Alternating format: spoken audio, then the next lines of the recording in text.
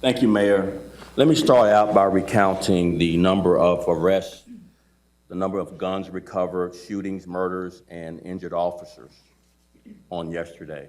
There were 699 arrests on just yesterday, primarily for looting in our city.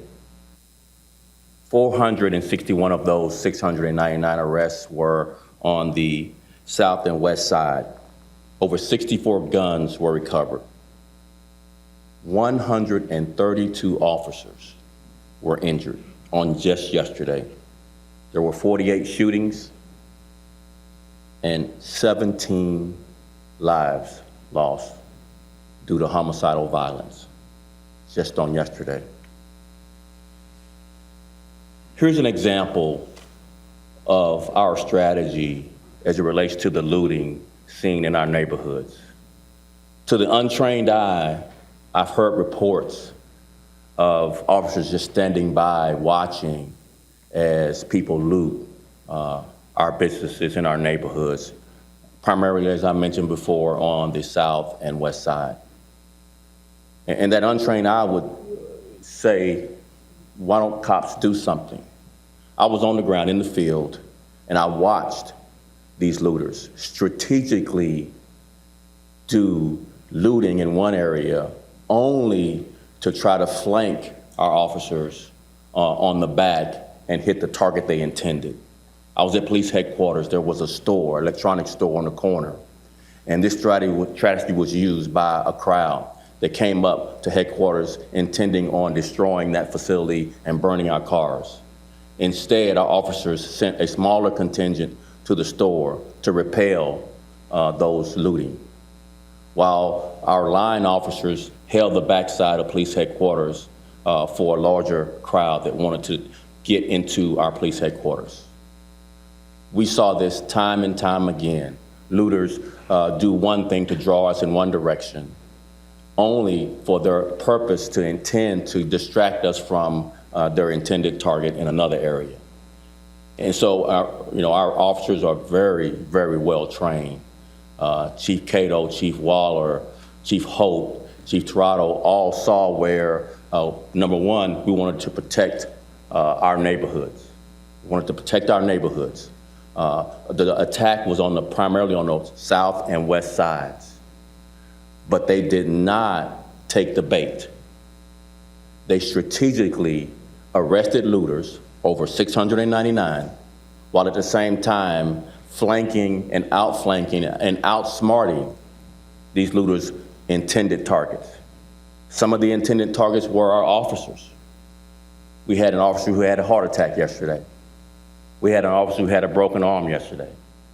Another 130 officers were injured, bruised, and broken. And they get drawn into the crowd without enough officers to support them. And then they get beat and pummeled. And so we strategically waited until we had enough resources to repel the crowd rather than sending in smaller numbers of officers who ended up getting injured and have to be rescued by our officers. We saw this time and time and time again throughout Saturday's looting. I want to thank these officers. They are very professional. They have been very patient.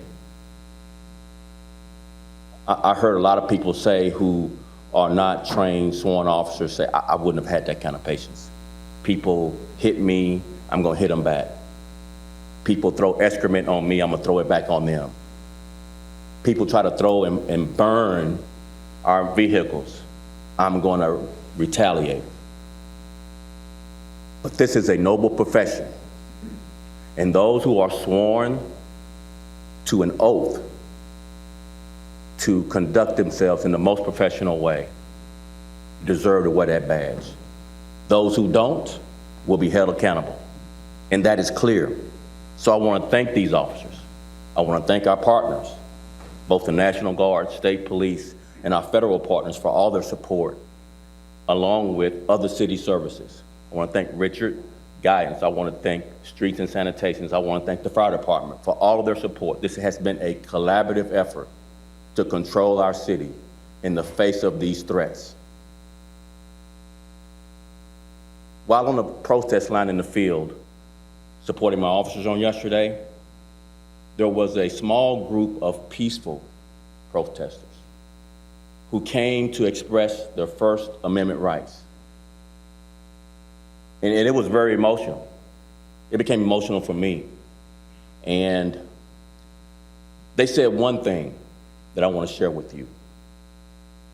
This one young black female who couldn't have been more than 21 years old kept repeating to the officers standing in line,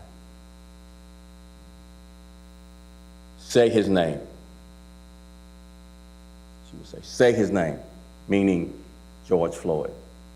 I mean, it was a chant that just built and built and built, say his name. She meant acknowledge Mr. Floyd's death, unjustly death,